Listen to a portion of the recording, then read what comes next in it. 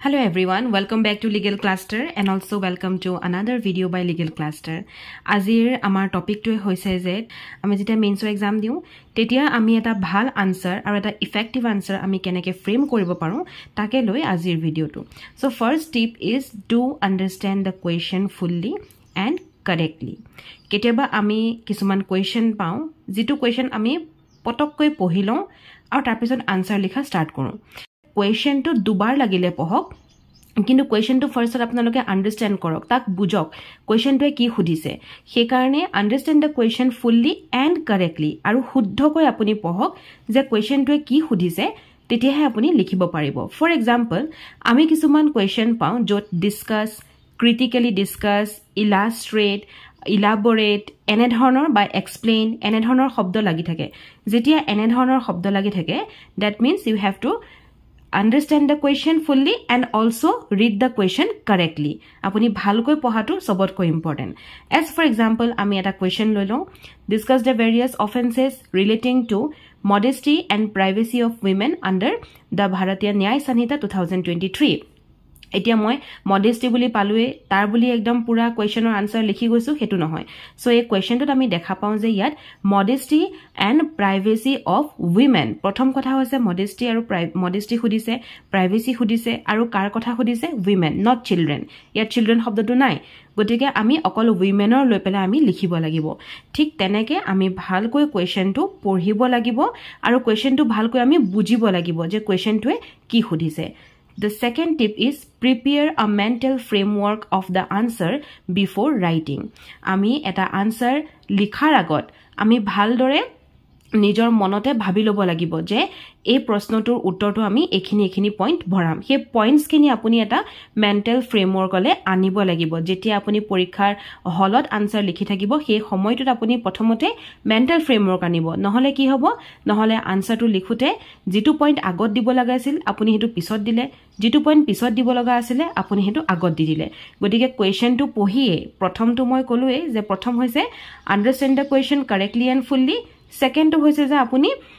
কোয়েশ্চনটো পঢ়ি লগালক মেন্টাল ফ্ৰেমৱৰ্কটো আনি লব যে কেনে ধৰণে আপুনি হে আনসাৰটো কৰিব এজ ফৰ এক্সাম্পল আমি যদি এটা কোয়েশ্চন চাও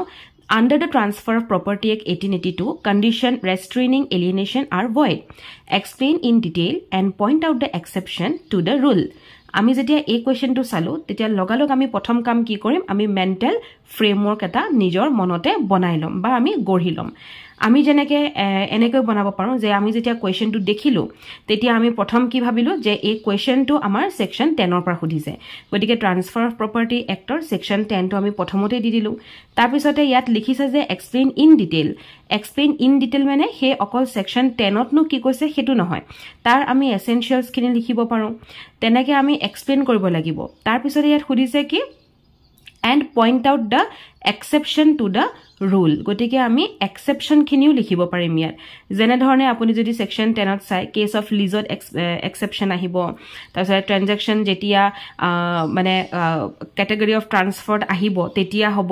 তাৰপিছতে কেস অফ মেৰিড উইমেনৰ ক্ষেত্ৰটো আহিব গটিকে তেনেকুৱা ধৰণৰ আমি অলপমান এক্সেপশন দিব পাৰো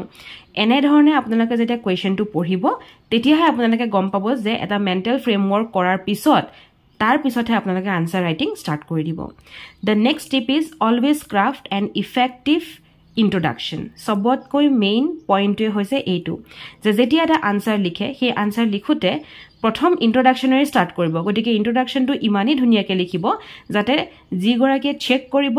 সেই চেক কৰা গৰাকী আপোনাৰ আনসাৰ দেখি মনটোৱে ভাল লাগি যায় ইন্ট্ৰোডাকশন হৈছে আমাৰ আনসাৰটোৰ এটা টোন আপুনি এটা আনসাৰ কেনেকে টোনিং কৰিছে হেতুৱে হৈছে ইন্ট্ৰোডাকশন গতিকে এটো আমি কনসাইজ ৰাখিব লাগিব যেনেকে আমাৰ যদি 10 মাৰ্কছৰ কোৱেশ্চন এটা আমাৰ কাৰণে আহে বা আমাৰটো 5 মাৰ্কছৰ আহে এজেছন গতিকে 5 মাৰ্কছৰ এটা কোৱেশ্চন আহে তেতিয়া আমি গম পাম যে 5% of the word limit of that 5 mark will be in the introduction ইন্ট্ৰোডাকশনটোত আমি 5% তাতে ভৰাই দিব লাগিব যেটো আমাৰ 5 মাৰ্কছৰ কোৱেশ্চন আহিব তাৰে 5% আমি ইন্ট্ৰোডাকশনটোত দি দিব লাগিব এটা ইন্ট্ৰোডাকশন বুলি ক'লে আমি কি লিখিম নো ইন্ট্ৰোডাকশনত হেতু সবতকে important so first of all basic information লিখিব ট্ৰাই কৰিব যেটো বস্তু আপোনাৰ ব্যাকগ্ৰাউণ্ডক দিব পাৰে বা আপুনি কেতিয়াবা ডেটাবেস দিব পাৰে যি আপোনাক ট্ৰেন্ড এটা দিব বা এটা স্ট্যাটিস্টিক ইউজ কৰি দিব সো তেনেকুৱা ধৰণৰ বস্তুকে আপুনি লিখিব পাৰে ডেফিনেশন বেসড কেতিয়াবা থাকে যদি আপোনাক খুধে what is transfer of property তা মানে হেতু ডেফিনেশন বেসড কোৱেশ্চন গতিকে আপুনি প্ৰথমতে ডেফিনেশন কি টাৰ্মছটো আপুনি লিখি দিব পাৰিব হেতু আপুনি ইন্ট্ৰোডাকশনত দিব পাৰিব এন্ড এগেইন আমাৰ যদি কিবা question আহে যেটো কাৰেন্ট ইভেন্টৰ লগত ৰিলেটেড হৈ থাকে তেতিয়ালে আপুনি ৰেফাৰেন্স কৰিব লাগিব সেই ৰিসেন্ট ইভেন্টৰ লগত হেতু আপুনি ইন্ট্ৰোডাকশনত দিব পাৰিব আমাৰ নেক্সট পইণ্টটোৱে আছে যে how to structure and present answer এতিয়া এটা আনসাৰ আপুনি ইন্ট্ৰোডাকশন লিখাৰ পিছত সেই আনসাৰক আপুনি কেনে ধৰণে স্ট্ৰাকচাৰ কৰিব আৰু কেনেকে সেই আনসাৰটো প্ৰেজেন্ট কৰিব হেতু এটা ইম্পৰ্টেন্ট বস্তু এজ ফৰ এক্সাম্পল আমি তো ইন্ট্ৰোডাকশন লিখিলো আমি কনটেক্সটটো বনাই দিলো এতিয়া নেক্সট আমি বডিলে আহিব লাগিব গতিকে বডিৰ আনসাৰ লিখোতে আমি কি কৰিব লাগিব যে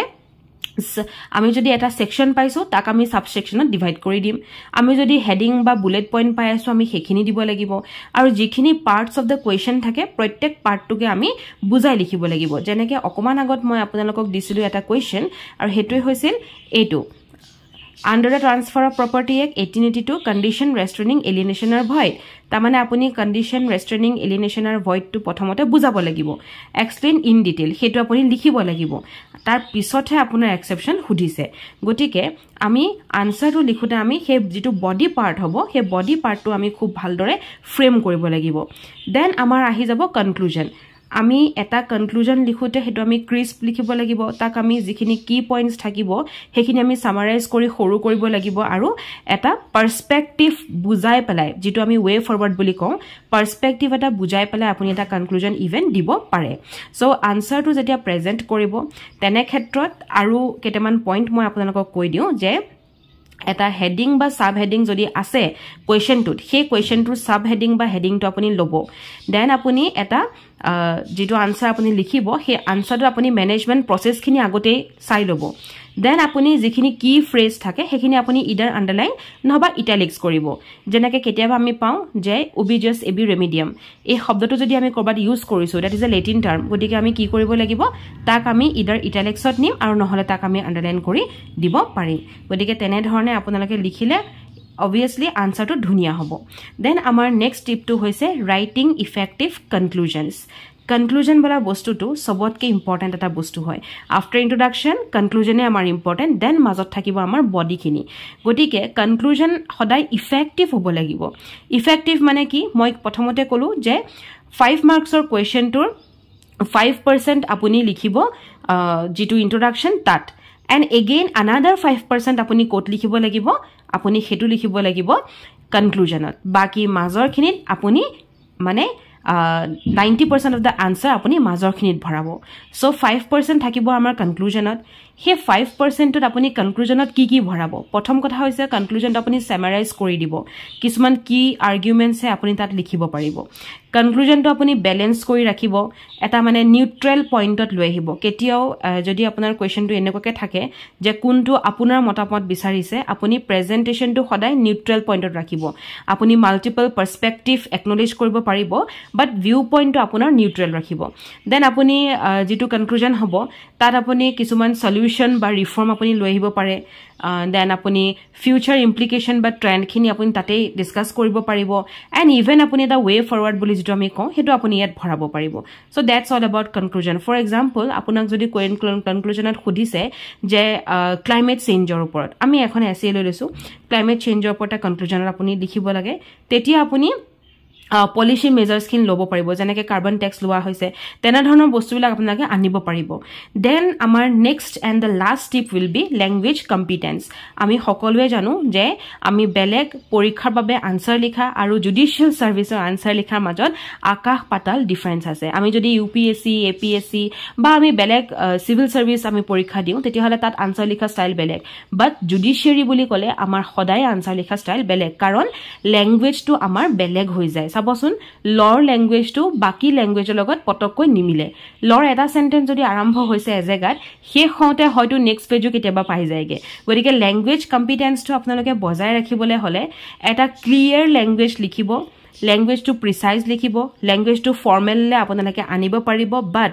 যদিহে হে কোৱেশ্চনটোত আপোনালোকক ডাইৰেক্টলি মিনিং খুদিছে তেতিয়া হলে আপোনালোকে লৰ কমপ্লিট ল্যাঙ্গুৱেজ ইউজ কৰিব লাগিব যেটো আমাৰ অকমান কমপ্লেক্স ফ্ৰেজত আহি যায় বা কিছুমান আমাৰ পাৰ্সোনাল অপিনিয়ন বিচাৰি পেলাই কোৱেশ্চন আহে বা কিছুমান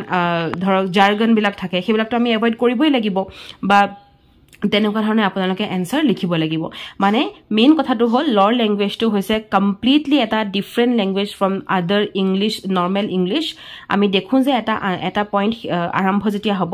কমা কমাৰে গুছি যায় বহুত দেৰি পিছত এটা ফুল ষ্টপ আহে গতিকে পাৰাপক্ষত আপোনালোকে সেই বস্তুটো নোটিস কৰিব যে কেনেকে লৰ ল্যাঙ্গুৱেজটো লিখা হৈছে হেকাৰণে ক্লিয়াৰ বেসিছত ক্লিয়াৰিটি কৰিব হেতুত আপোনালোকে গ্ৰামেটিক্যাল মিস্টেকস নকৰিব আৰু ফ্যাক্ট বা যিখিনি এনালাইসিস দিব হেখিনি আপোনালোকে নিউট্ৰেলি আনসাৰটো প্ৰেজেন্ট কৰিব মানে আনসাৰ যেটো প্ৰেক্টিস কৰিব হেতু এটা ফৰ্মেল টোনত গুছি যাব যত ধৰক যেটো আমাৰ কমপ্লেক্স ফ্ৰেজ কিছুমান থাকিব বা জাৰ্গন থাকিব হেবিলাক যাতে আমি তেতিয়া হে সময়ত এভয়েড কৰিব পাৰিম তেনে ধৰণে আপোনালোকে আনসাৰ লিখিব I hope this video helped you thank you for watching the video